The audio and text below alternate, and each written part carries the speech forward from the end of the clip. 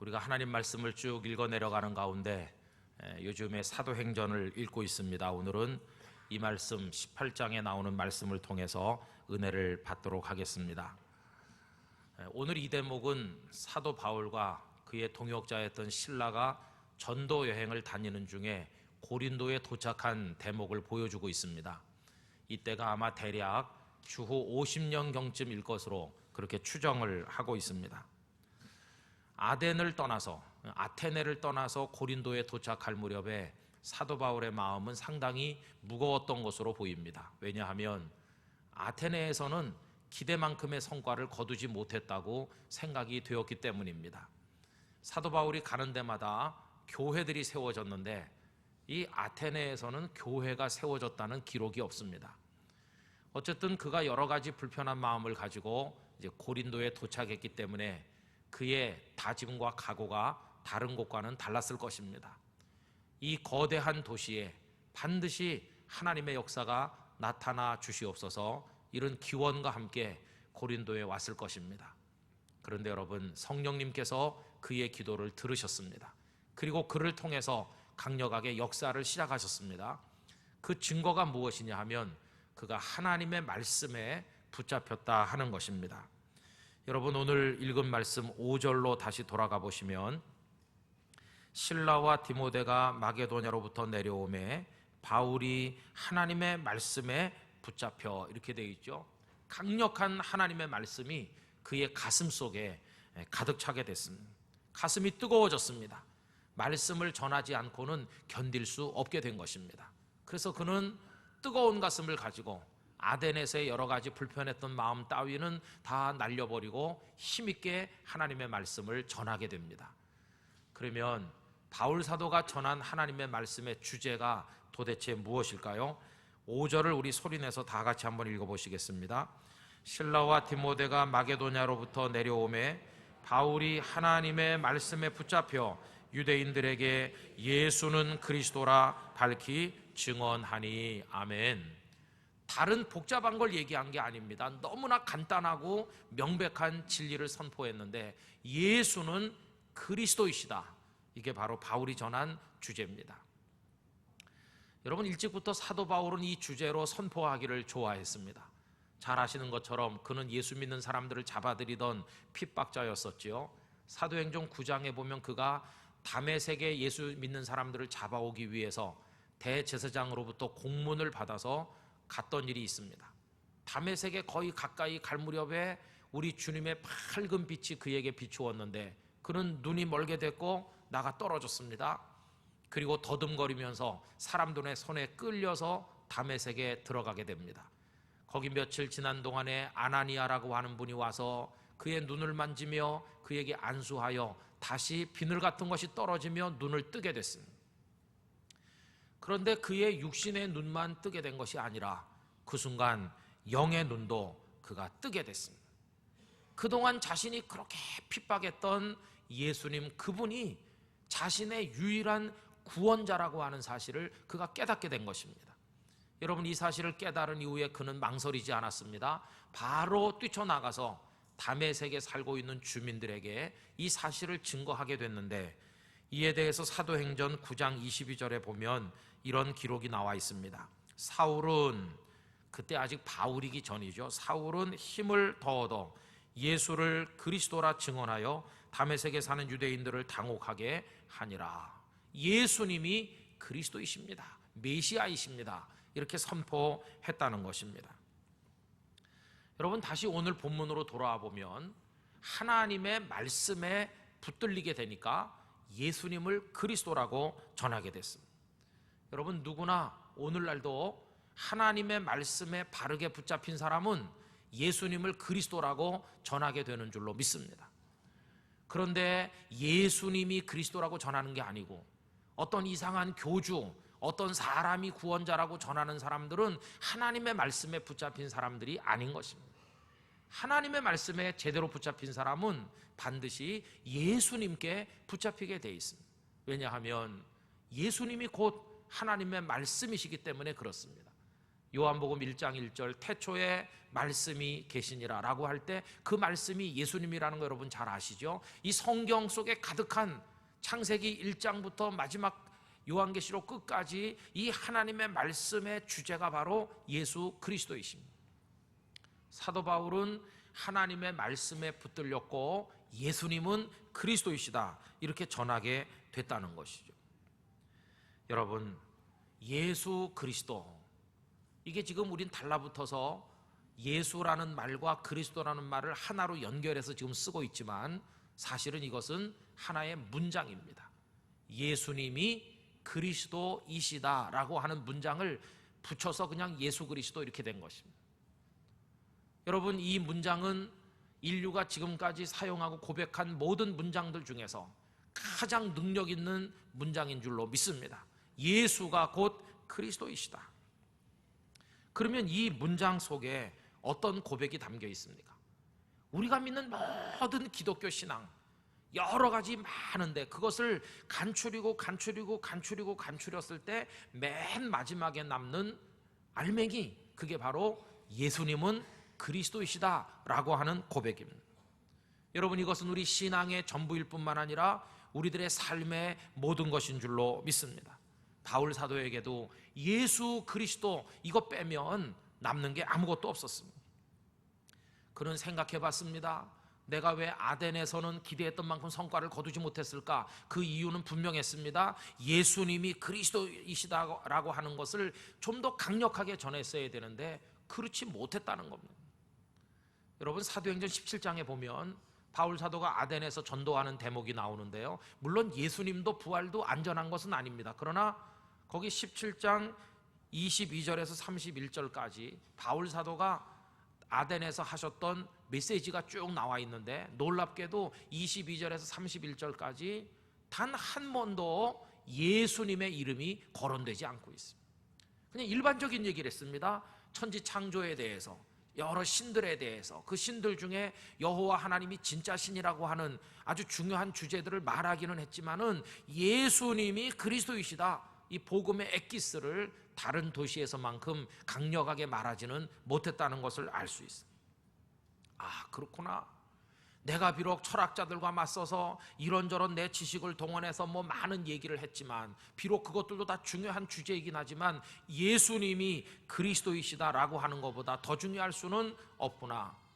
내가 이제 이 고린도에 왔으니 고린도에서만은 절대로 사람의 지식이나 지혜나 말의 힘을 의지하지 아니하고 오직 예수님만, 오직 십자가만 내가 전하리라, 이렇게 다짐을 하게 된 겁니다.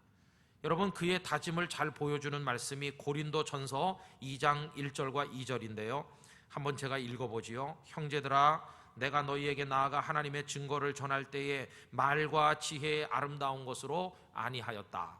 이제는 더 이상 사람의 말재주, 그 다음에 사람의 지혜 이런 거 의지하지 않는다. 그럼 그 다음에 뭐라고 되어 있습니까?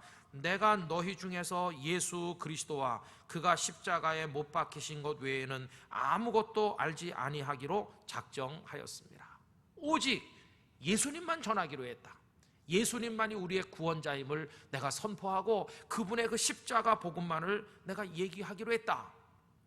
여러분, 어떻게 고린도에 놀라운 복음의 역사가 일어날 수 있었을까? 그 비결이 무엇이었을까? 다른 게 아니라 오직 예수님, 이걸 선포했기 때문에 고린도에 아름다운 교회가 세워지고 능력이 나타나게 된 줄로 믿습니다.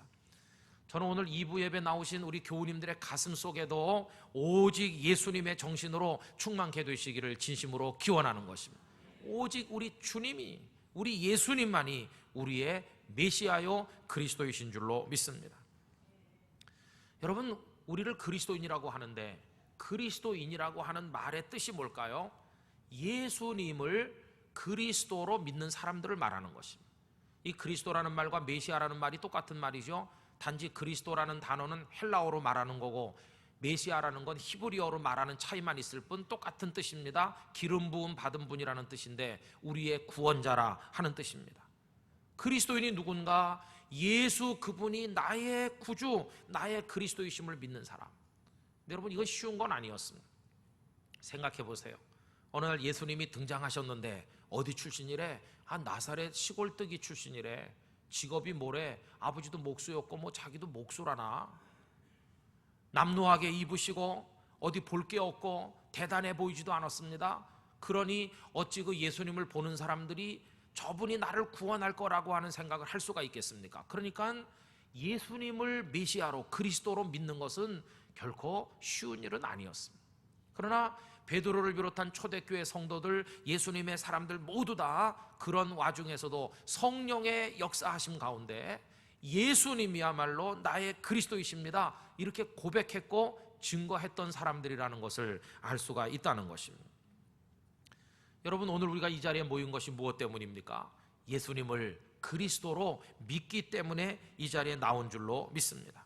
그게 우리들의 신앙 고백이요, 끝까지 지켜야 될 이름인 것입니다. 그러면 바울이 이 고린도에 가셔서 예수는 그리스도라고 증거했을 때 사람들의 반응이 어떻습니까? 여러분 6절 첫 부분에 한번 가보시죠. 사람들의 반응이 기록되어 있습니다. 그들이 대적하여 비방하였다, 이게 반응이었어요. 거들떠보지도 않고 사도 바울의 말을 들으려고 하지도 않았습니다. 그럼 여기 그들이 누구냐? 그들은 바로 고린도에 와서 살고 있던 유대인들을 말합니다. 여러분, 디아스포라라고 해서요, 그 당시 유대인들이 전 세계 도시마다 다 흩어져 살고 있었는데 바울은 가는 데마다 동족들에게 제일 먼저 이 복음 전하기를 소원해서 언제나 유대인들이 모여있는 회당에 가서 말씀을 전했습니다. 고린도에서도 예외가 아닙니다. 그런데 그 유대인들이 예수는 그리스도라고 하는 걸 거부한 것입니다. 왜 거부했을까? 우선 이런 짐작을 해볼 수 있어요. 첫째는 아마도 저 예루살렘에서부터 들려오는 소문을 인편 오고 가는 사람들을 통해 들었을 겁니다. 이런 소식이 전해졌겠죠. 저 유대 땅에 예수라는 아주 뛰어난 특별한 선생이 있었다. 그런데 그가 나중에 점점 이상한 쪽으로 나가더니 자신을 하나님의 아들이라고 그러면서 뭐 성전을 헐라고 다시 세운다고 그러면서 하나님의 신성을 모독하는 죄를 지었다. 그래서 그를 십자가에 처형했다. 이런 소식이 전해졌을 겁니다. 이 소문을 들은 고린도에 살고 있는 유대인들은 고개를 끄덕이면서 그런 못된 선생은 죽어야 마땅하지 생각했을 겁니다. 그런데 바울이라는 사람이 나타나서 그 예수가 그리스도 메시아라고 말하니까 강력하게 거부하게 된 겁니다. 또 왜 거부했을까? 그 이유는요, 이미 그들에게는 자신들을 즐겁게 해주는 그리스도가, 메시아가 많이 있었기 때문입니다. 그들을 기쁘게 해주는 메시아는 어디서 온 것인가? 그 고린도라는 도시가 그들에게 제공해준 메시아가 있었습니다. 그들은 고린도식 삶에 깊이 물들어 있었습니다. 그럼 고린도식 삶은 뭘까요? 이 고린도는 인구가 75만에 달하는 대도시입니다. 여러분, 지금도 75만 명 사는 도시가 그렇게 많은 게 아닌데요, 그때 로마 제국 전체 인구를 어떤 기록에서는 한 5천만 명 된다고 합니다. 그 지중해 세계 전체, 그 중에서 고린도에 75만 명이 살고 있다는 건 대단한 겁니다. 거기는 교통의 요충지고 무역의 요충지고 돈이 모이는 곳이고 특별히 도자기 산업이 굉장히 발전해서 고린도산 도자기는 최고품이었습니다. 모두가 다 흥청됐습니다. 풍족하게 살았습니다. 돈이 넘쳐 흘렀습니다. 고린도에 사는 사람들은 재물을 자신들의 그리스도로 섬기는 사람들이었습니다. 그뿐이 아니죠. 돈 있고 여유 있으면 그 다음엔 여흥을 즐겨야 되는데 그 대표적인 것이 스포츠였습니다. 여러분, 오늘날 올림픽이 세계 최대의 스포츠 잔치 아닙니까? 그런데 그것은 아테네에서 왔죠. 근데 고린도에도 이스미안이라고 하는 축제가 있었습니다. 이스미안 축제가 되면 사방에서 젊은이들이 선수로 출전하는데 그때 스포츠 선수들은 옷을 하나도 입지 않습니다. 모두 발가벗고 달립니다. 그래도 흉하다고 생각하지 않았습니다. 얼마나 그 건강한 아름다움인가. 그러면서 그 스포츠 영웅들에게 반했습니다. 스포츠는 오늘날도 수많은 사람들에게 메시아 역할을 하고 있습니다. 얼마 전에 어떤 잡지에서 우리가 사는 부산의 종교가 야구다, 그렇게 나온 걸 봤습니다. 야구 종교를 우리가 믿고 있대. 롯데를 응원하면서 부산 사람들, 아유 대단하다. 야구뿐이겠습니까? 축구장에 가보면 뭐 만원 사례를 이루면서 수만 명이 열광하고 있습니다. 유럽의 프로 축구, 이거는 하나의 종교입니다. 종교. 예배당에 가는 대신 축구장에 갑니다. 우리 주님께 경배하는 대신 메시나 드록바 같은 축구 선수에게 경배합니다. 막 열광하면서. 여러분, 이런 스포츠나 여흥이 전부 다 그들에게 메시아가 되고 있는 거죠. 그뿐이 아닙니다. 이 고린도라는 도시는 그들에게 말할 수 없는 육체적인 향락과 쾌락을 또 메시아처럼 제공했습니다. 사진을 몇 장 보여드리려고 하는데, 저게 고린도에서 제일 높은 아크로 코린토라고 하는 산인데 한 570여 미터쯤 됩니다. 그 꼭대기에 지금 잘 안 보이지만은 거기 이제 성체가 있고요. 그 성체 안에 뭐 좀 보이잖아요. 저게 아프로디테 신전 남아 있는 부분입니다. 아프로디테 여신, 이게 아프로디테 여신입니까? 예쁩니까? 마음에 드십니까? 풍요의 여신이에요. 이걸 우리 아프로디테라고 그러면 좀 어렵지만 여러분 잘 아시는 또 다른 이름이 있습니다. 로마 사람들은 이 여신을 비너스라고 부릅니다. 비너스. 그래가지고 미의 여신이고 풍요의 여신이고 이래가지고 그 신전이 어마어마한 규모인데, 거기서 섬기는 여자 사제들이 무려 1000명이 있었습니다. 이 여자 사제들은 말이 사제지 사실은 창녀였습니다. 수많은 남자들이 거기 제물을 가지고 그 산에 올라와서 아프로디테 여신에게 제사를 하면 그들은 그 남자들을 육체적으로 즐겁게 해주는, 그 모든 도시에서 바라보이는 산꼭대기 제일 높은 곳에서 벌어지는 일이 바로 그런 일이었어. 고린도, 여기서 코린티조라고 하는 동사가 나왔는데 그 동사의 뜻이 뭐냐 하면 음행한다, 그런 뜻입니다. 코린티아조. 고린도 사람 그러면 음란한 사람이라는 말의 표상이었습니다. 고린디아조라는 동사가 음행한다는 뜻일 정도로 이 고린도는 타락의 도시였어요.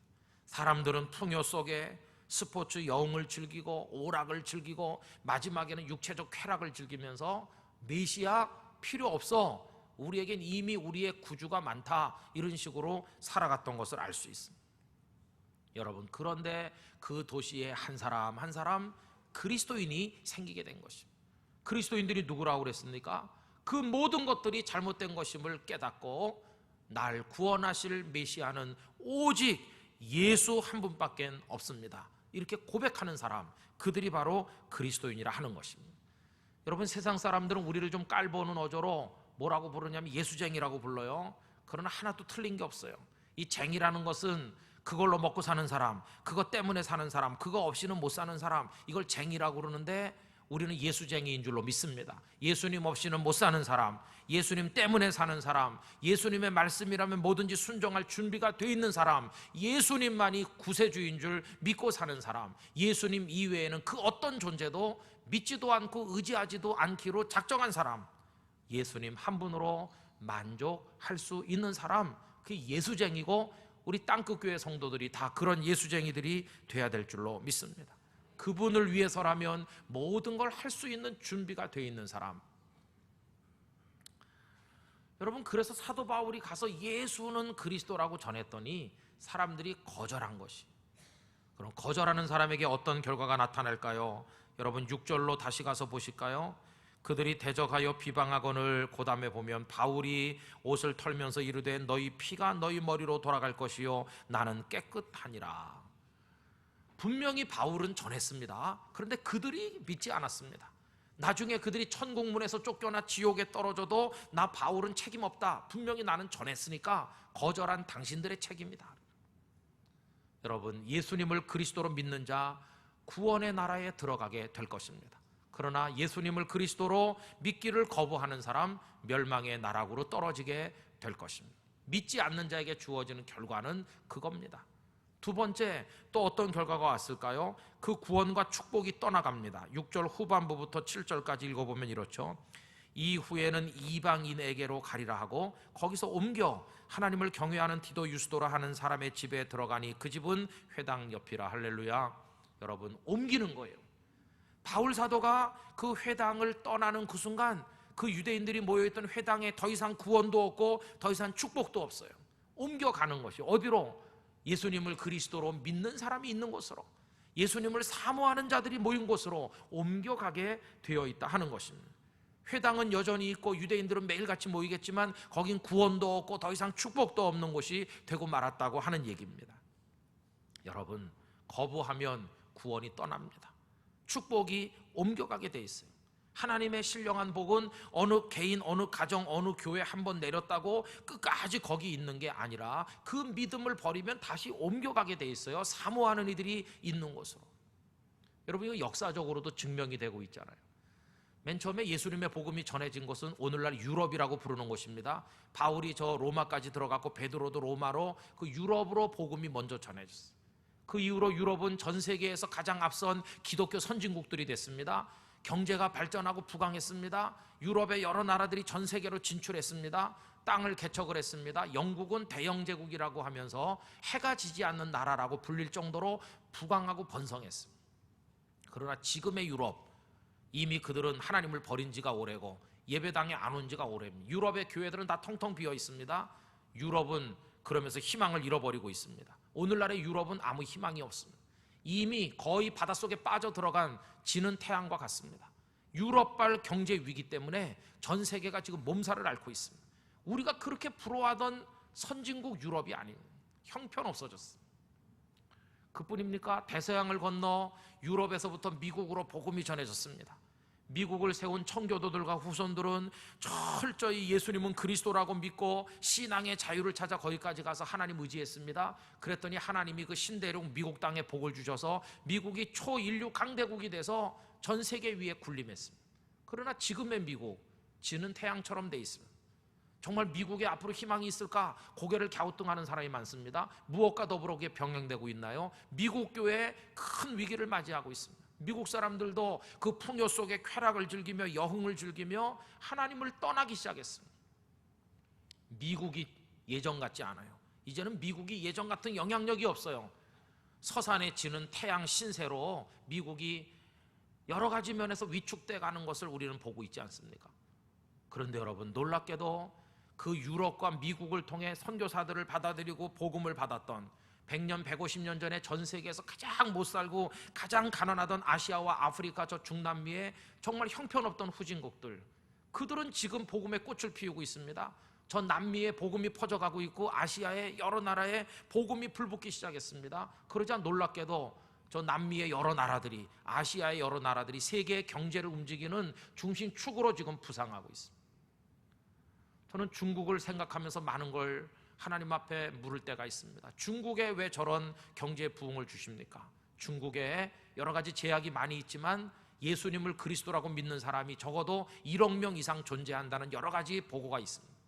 왜 중국이 저렇게 경제적으로 세계적인 영향력을 가지게 됐을까? 하나님은 중국을 크게 키워서 중국인들을 통해 세계 선교의 마무리를 하시려는 게 아닌가, 그런 생각을 가질 때가 있습니다. 여러분이 역사적인 증거가 우리에게 보여주는 건 명백합니다.